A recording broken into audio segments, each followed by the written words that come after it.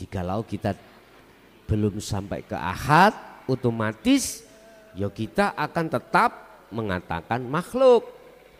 Dijadikan Allah sebagai lintasan, sarana, wasilah untuk sampai menyelesaikan satu masalah. Murnikanlah ketauhidanmu, murnikanlah imanmu. Artinya sampailah kau harus ke ahad di situ. Bapak Ibu hadirin jamaah rahimakumullah. Apa selanjutnya jikalau nafsu keakuan di dalam diri kita itu kita biarkan liar? Mohon maaf ya, ini yang sering terjadi pada seluruh umat manusia. Mesti akan terjadi permusuhan. Permusuhan. Saya tidak berbicara tentang masalah di luar agama Islam, misalkan di dalam tubuh Islam sendiri. Perbedaan mazhab, perbedaan pandangan, perbedaan hujah, dalil yang menetapkan satu hukum ini bila mana dibiarkan terus menerus berdampak tidak hanya secara ukhrawi tetapi juga pasti akan secara jasmani. Sampai lihat di Timur Tengah sebagai contoh aja, antara mazhab ini dengan mazhab itu. Tidak hanya adu argumentasi hujah dasar akidahnya, enggak. Sampai terjadi fisik. Sampai terjadi fisik.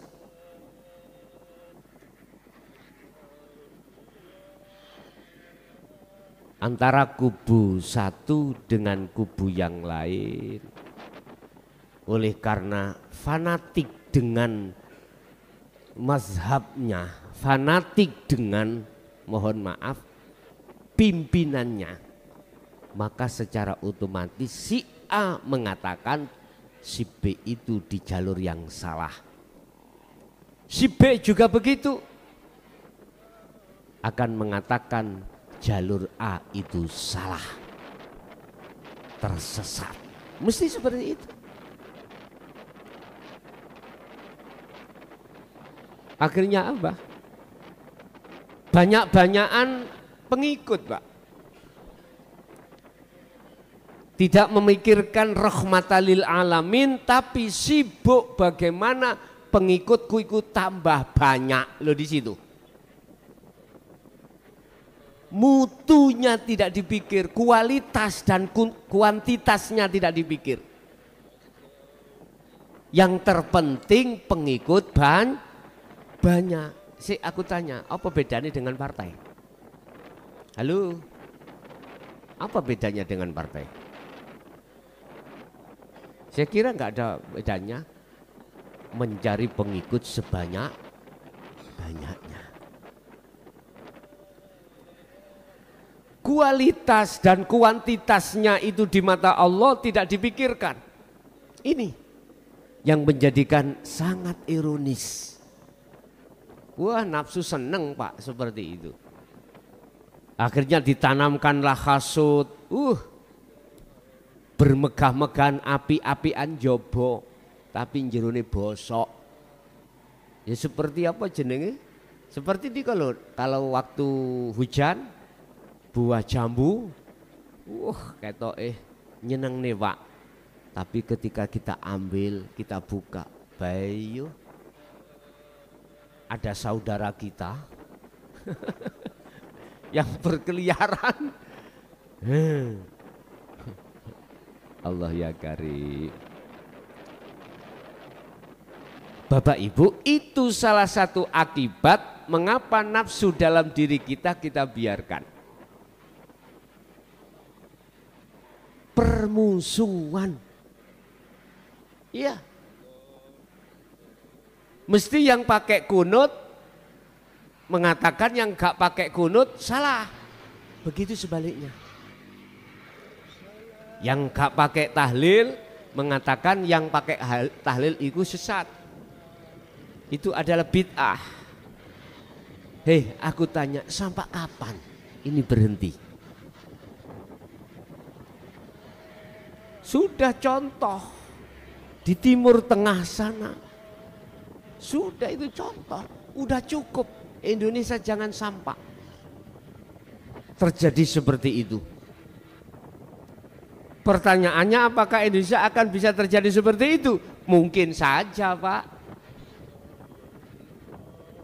Tinggal bagaimana umat Indonesia menjaga kemurnian tauhid, ada di situ. Ada di situ.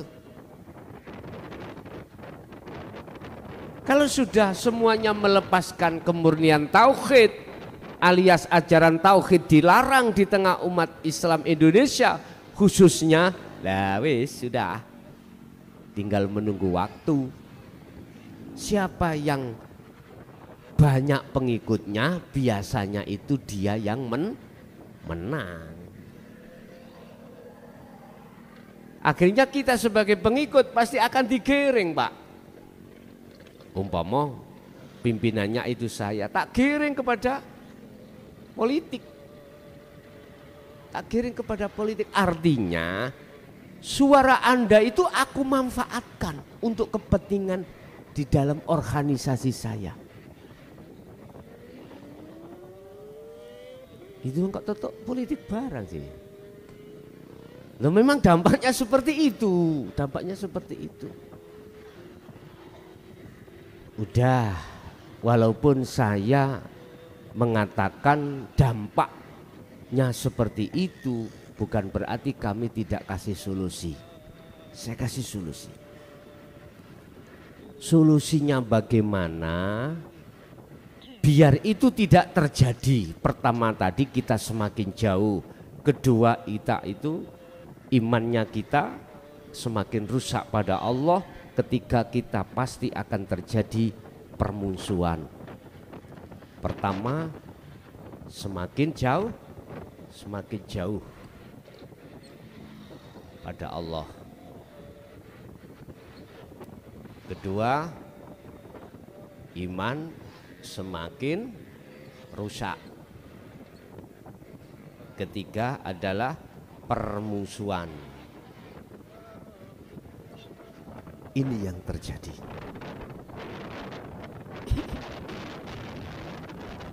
Terus bagaimana kita mencegah supaya 3 poin itu tidak terjadi khususnya pada pribadi individu kita.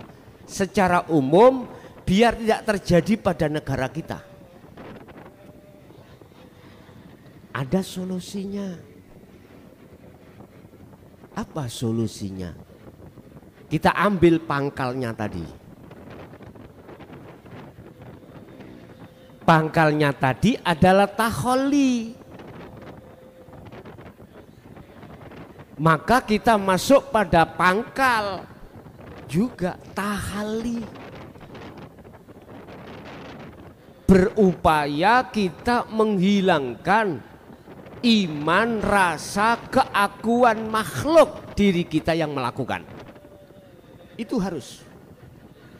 Dan itu harus kita lakukan setiap saat dan waktu, artinya tidak terbatas dengan waktu dan tempat ataupun keadaan. Orang perempuan biasanya 1 bulan itu ada keadaan yang tidak boleh untuk beribadah. Itu boleh. Boleh.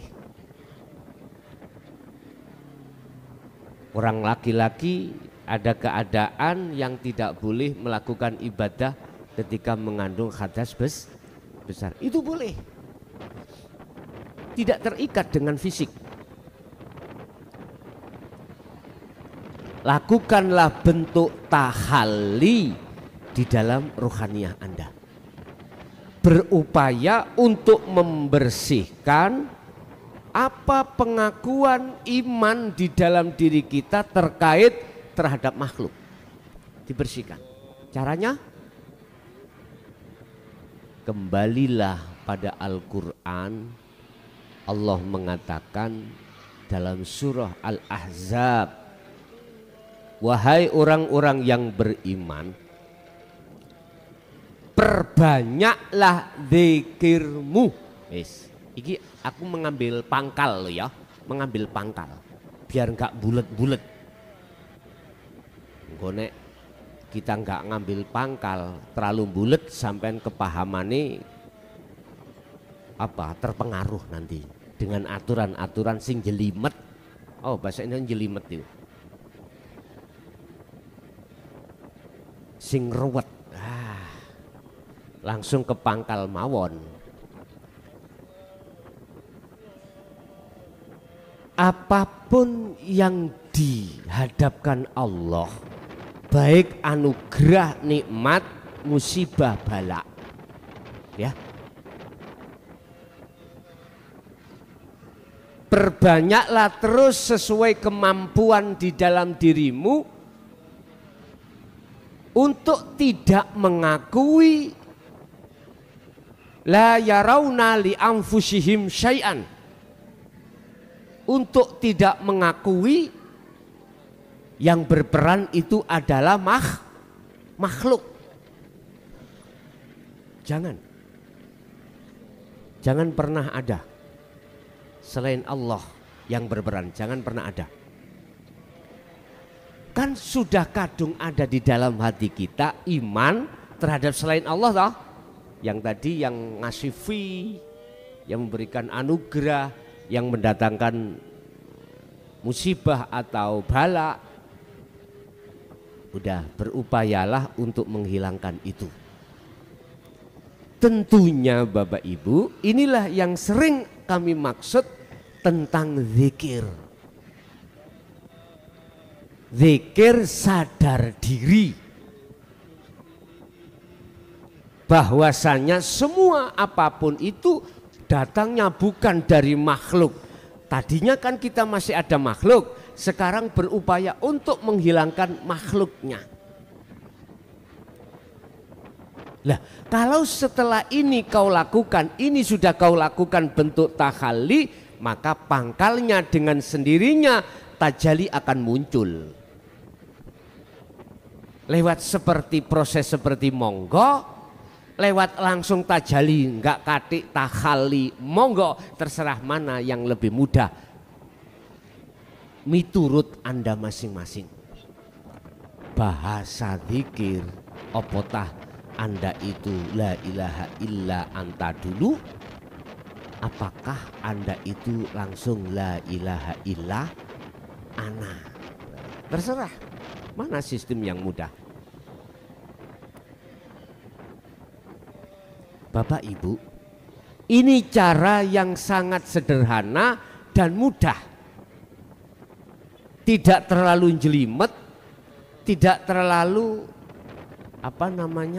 susah, cukup sampai berzikirlah sadar diri dalam hati sampai dengan bentuk iman dalam dirimu. Jangan pernah ada iman selain Allah.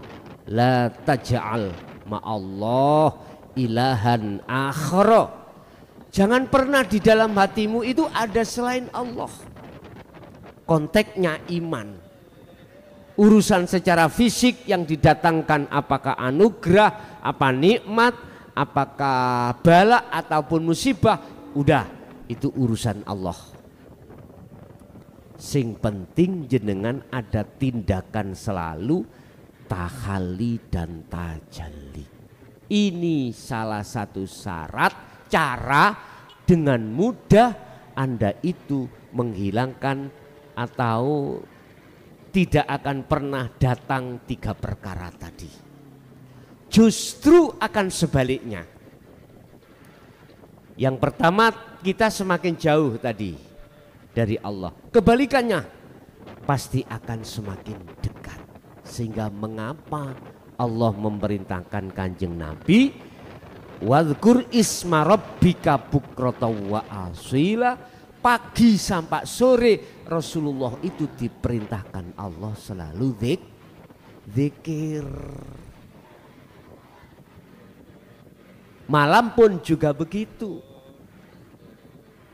Benar mukhotabnya ayat itu terhadap Rasulullah, tapi aslinya juga terhadap kita. Bukan hanya Rasulullah. Kalau hanya diberikan oleh Rasulullah wahyu itu nggak mungkin disampaikan terhadap kita. Kalau khusus Rasulullah loh ya, nggak mungkin diberikan terhadap kita.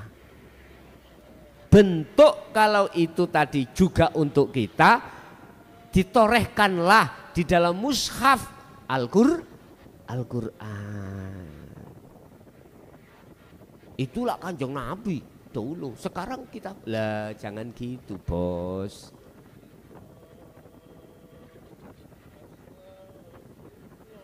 Bapak Ibu hadirin jamaah rahimakumullah. Yang kedua tadi apa? Iman kita semakin rusak, ini semakin tertata. Iman nanti semakin lama saya suwe, saya tambah bagus. Iman kita yang tadinya ada selain Allah secara otomatis. Kalau hati jenengan selalu mengutamakan zikir pada Allah, mesti iman semakin benar.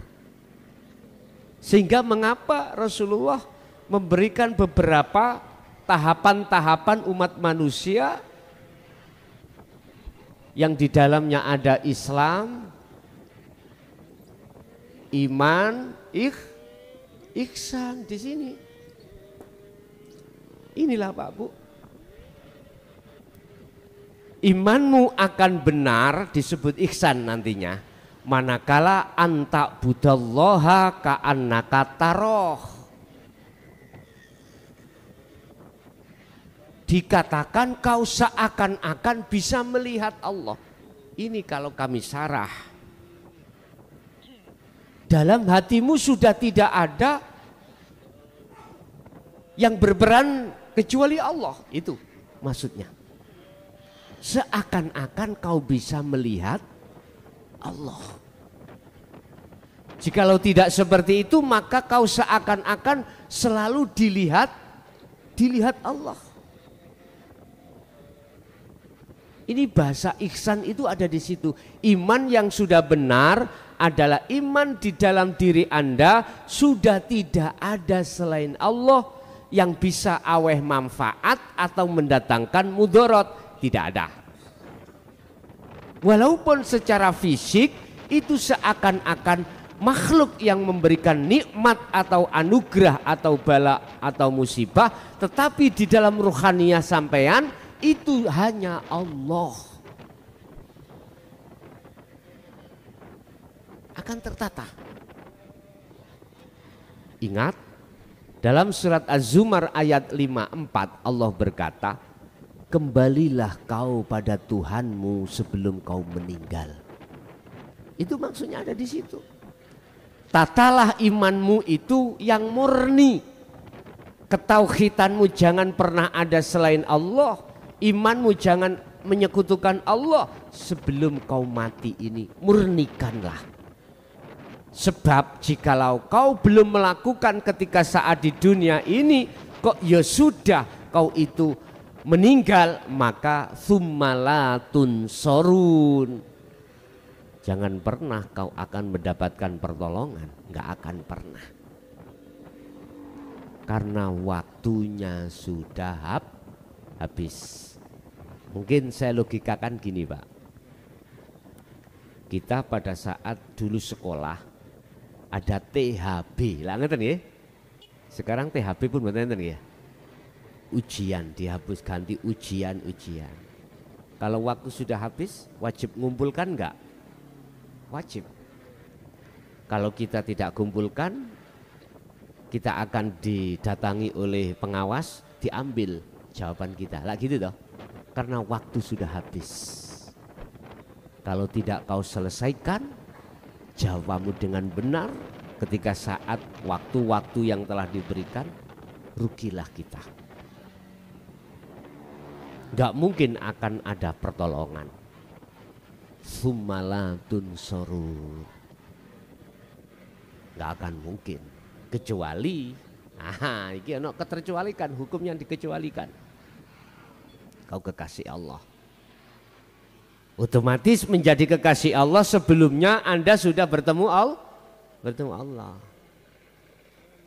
Iki pesan menurut saya yang paling nunjem itu apa? Keras ya. Tapi ingat, apa sebab nuzulul asbabun nuzulnya ayat ini dikeluarkan Allah? Apa sepasti Pak? Setiap ayat yang diturunkan Allah pasti ada asbabun nuzul. Apa? Sebab-sebab mengapa ayat diturun itu pasti ada. Mengapa panjenengan makan? Sebabnya Anda lapar. Gitu. Itu sebabnya. Ini namanya asbabun nuzul. Apa sebab asbabun nuzulnya? Surat Az-Zumar 54 diturunkan sebab karena banyak ruhaniyah umat manusia imannya itu terhadap selain Allah. Titik sudah. Sebab banyak di antara ruhaniyah kita itu menjauh dari Allah. Akhirnya diturunkanlah ayat seperti ini supaya jenengan lekas kembali pada Allah. Itu loh. Alasannya ada di situ. Apa sebab bapakmu, ibumu, bopo biungmu nyuruh awakmu untuk membersihkan rumah karena rumahmu itu kotor. Enggak mungkin bersih langsung bapak sini sapu enggak mungkin. Karena di tengarai itu kotor, maka ada perintah untuk membersihkan. Yes. Dengan sendirinya imanmu akan tertata menjadi iman yang murni tanpa ada persyarikatan apapun. Artinya tidak akan menyekutukan Allah. Labbaik Allahumma labbaik, labbaik la syarika lak, labbaik. Aku datang terhadapmu ya Allah tanpa ada persekutuan, tanpa menyekutukan Allah. Yang ketiga, permusuhan. Ini malah menjadi persaudaraan. Begitu indahnya antara si A dengan si B. Itu satu tujuan walaupun beda jalan. Umpama umat Islam lah, kan di situ banyak mazhab piambak sendiri-sendiri, punya imam sendiri. Imam si A, imam si B tidak menanamkan hasud, tidak menanamkan masya Allah permusuhan, justru menjalin persaudaraan. Intinya tidak bisa Anda itu tidak muncul hasud manakala Anda tidak bertauhid. Tidak bisa dalam dirimu tidak muncul hasud manakala Anda tidak bertahali dan bertajali. Enggak bisa.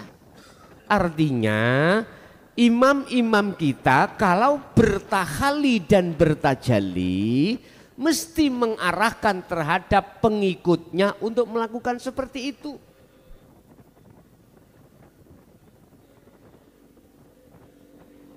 Laqad kana lakum fi Rasulillahi uswatun hasanah. Imam iku enggak boleh dia itu belum melakukan langsung menyuruh, enggak boleh, Bos. Makanya disebut uswatun hasanah itu bukan perintah. Artinya memberikan contoh.